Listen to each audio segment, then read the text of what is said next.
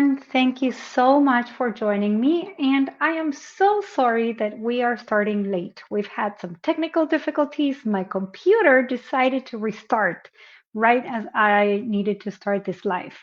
But welcome to this Friday Language Alchemy Live. I am so grateful that you are here, whether you are watching this live or you are watching the replay.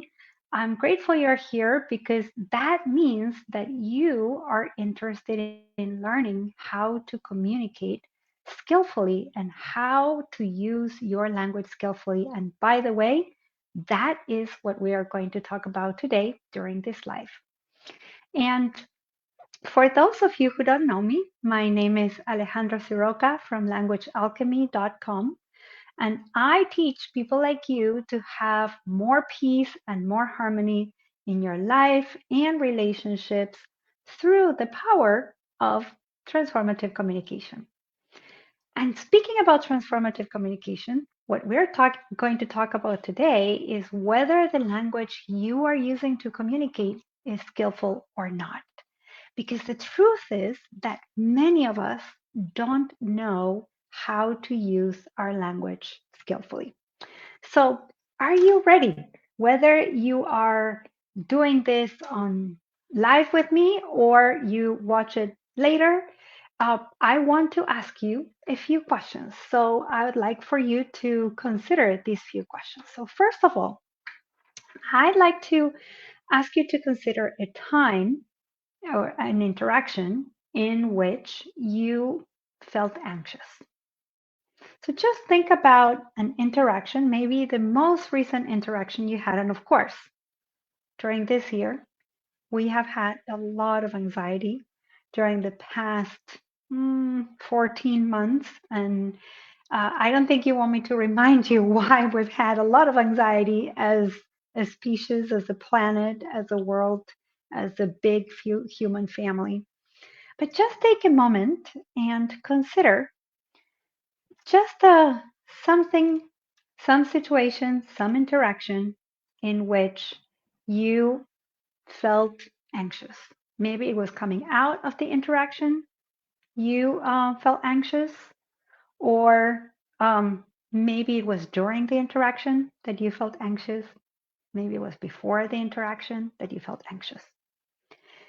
And as you consider that interaction in which you felt anxious, now, if you could go back in time and if you could bring a little camera with a recorder that could actually get into your internal dialogue, that is to say, what you were saying to yourself before, during, or after that interaction, I'm wondering if you could remember what is it that you were saying to yourself in your internal dialogue?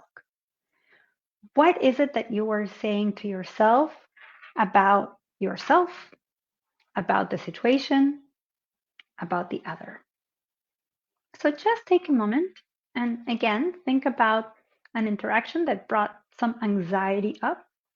So if you could go there with that imaginary camera, what would that camera pick up?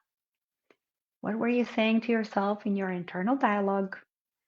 And as you are thinking about this, even if you are watching the replay, you can still participate and have communication with me. But I want to give you an example that comes from a communication session with a client. One of my clients wanted to ask for a raise. And what she noticed was that as she talked to her colleagues, who were mostly males, her colleagues had all received a raise. And she noticed that she had not received a raise. She had a very good performance review, though. So she didn't know how to ask her manager what what happened. But she did go. She had a meeting with her manager. And the moment she went into her manager's office, and of course, this was years ago when we were working in person, she broke down crying. She broke down crying, and when her manager asked, "What's going on with you? Why are you crying? Is everything okay? What's wrong?" she said, "Oh, nothing. Maybe hormones. I don't know. I'm just too sensitive. Let's have the meeting another day." And she looked at him, and then she left. And now she felt embarrassed about going there, asking for a meeting, then going there and having burst in tears. And she didn't know how to communicate. So in our session, she shared all this. And when we did this, when she went with an imaginary camera and listened to her internal dialogue and picked up with a recorder what her internal dialogue was saying, her internal dialogue was saying, "You never get what you want. You are going to upset your manager if you ask for what you want. You always ask for too much. Who do you think you are to ask for more?" And what she also noticed that was there in her internal dialogue was, you, whenever you ask for what you need, you should just be grateful, and because you already have a lot. So why rock the boat? So this is what was going on for her in her internal dialogue. Sorry, I'm having some other technical difficulties here, so let me just fix this. Okay, I think maybe we fixed it. I don't know. We shall see. So, do you have an answer? Have you thought about your particular situation and what happens for you when you are um, you're feeling anxious in an interaction? Have you thought about, did you take that little camera and listen to your internal dialogue? And what did you find? Did you find some messages about yourself? Did you find some messages about the other or about the situation? Can you see how it is the language of those messages that are the ones that created that anxiety? So if you are joining me live, I'd love to see what you're writing. Or if you are watching the replay, I'd love for you to DM me and tell me what you found and what you said to yourself and what you found in that internal dialogue, the language that you were using. Okay? I'd love to know that and communicate with you around that. Now, let's go back to that story with my client. Oh, and thank you. So, Sam, you said you're not good enough, and you heard that internally. Oh, yeah. Yeah. So, that's something that many of us hear that then creates that sense of anxiety. So, when going back to the story, when we worked with my client in our communication coaching session, we first start to become aware of the language of her internal dialogue. And then we had to do some work to shift that language of the internal dialogue. Now, you can't really shift your language by, for example, if you hear in your internal dialogue, you're not enough, you can't switch it immediately to, you are fantastic, you're amazing, because that would be too much of a leap. We need some stepping stones. So what we did was that she realized that many times in her life, she asked for what she needed and she got what she wanted, what she needed. So we reframed that. She also realized that even though it was hard for her to ask for what she needed, many times in her life, she she had what it took to ask for what she needed. Sometimes she got a yes, sometimes she got a no, but that she had asked for what she needed before. She had done this many, many times. So that was another way of letting her know, you have the capacity to do this. It's just your internal dialogue.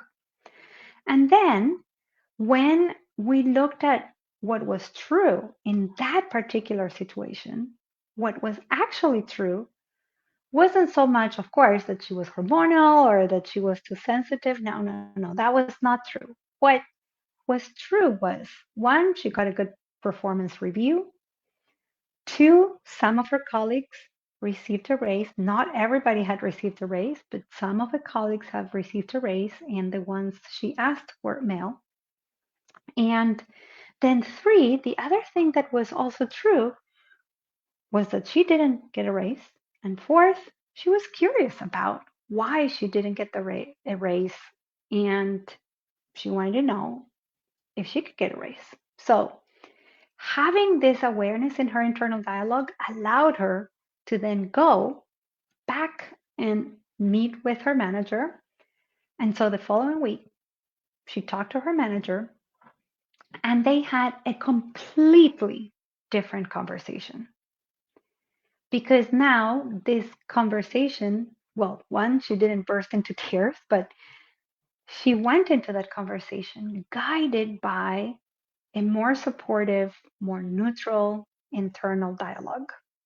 And that is what allowed her to have the kind of conversation and get the information she needed to have to then make the decisions that she needed to make.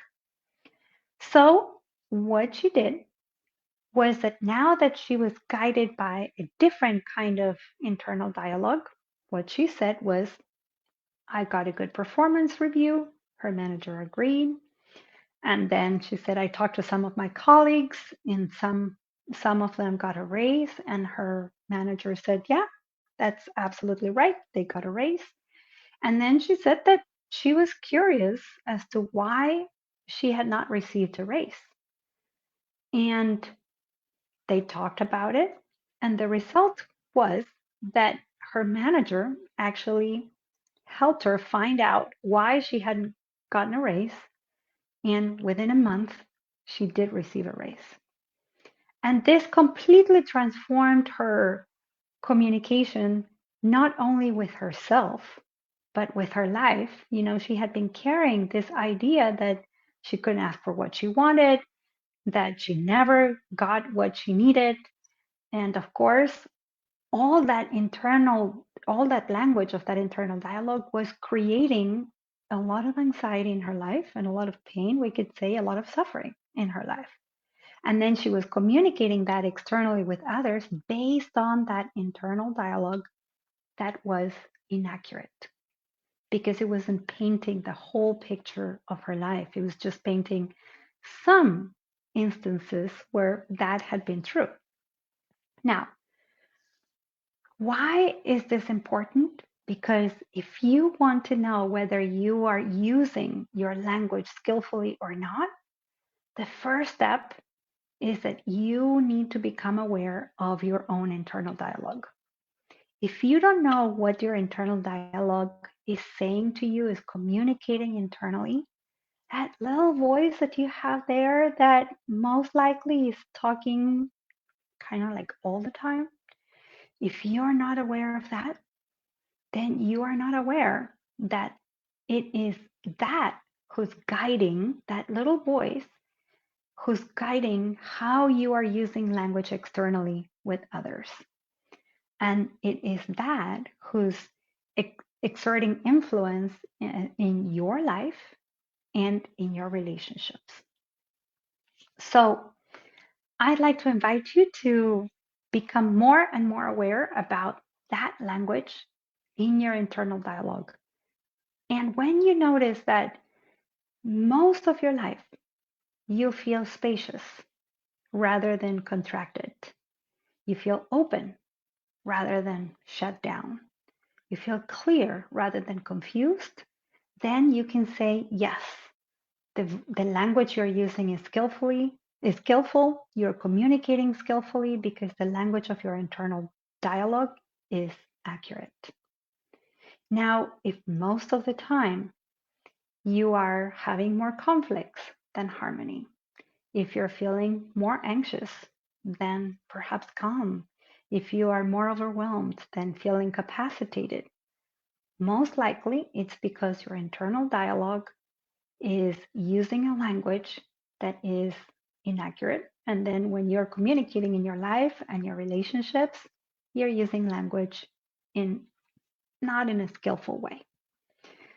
So this is very important, and especially if you are a parent, you want to learn and if you want to learn how to use language skillfully with your children, because by the way, the language you use when you are communicating with your children will become the language of their internal dialogue. So if you are interested in that, then I want to invite you to a workshop that my colleague and teaching partner and I are facilitating starting on Tuesday, called Language Matters, in which we are teaching you parents, if you are a parent, how to communicate to your little ones in a way that the language that they hear in their internal dialogue is accurate, so that when you communicate with them mindfully, consciously, and skillfully so that they can do the same in the future. Let me know how all this is for you, what questions or comments or objections you have. All those are always welcome. I'm wishing you a wonderful weekend and a happy Mother's Day to all those who identify as female, to all those who give nurturing and love in this beautiful world. Thank you so much. Bye.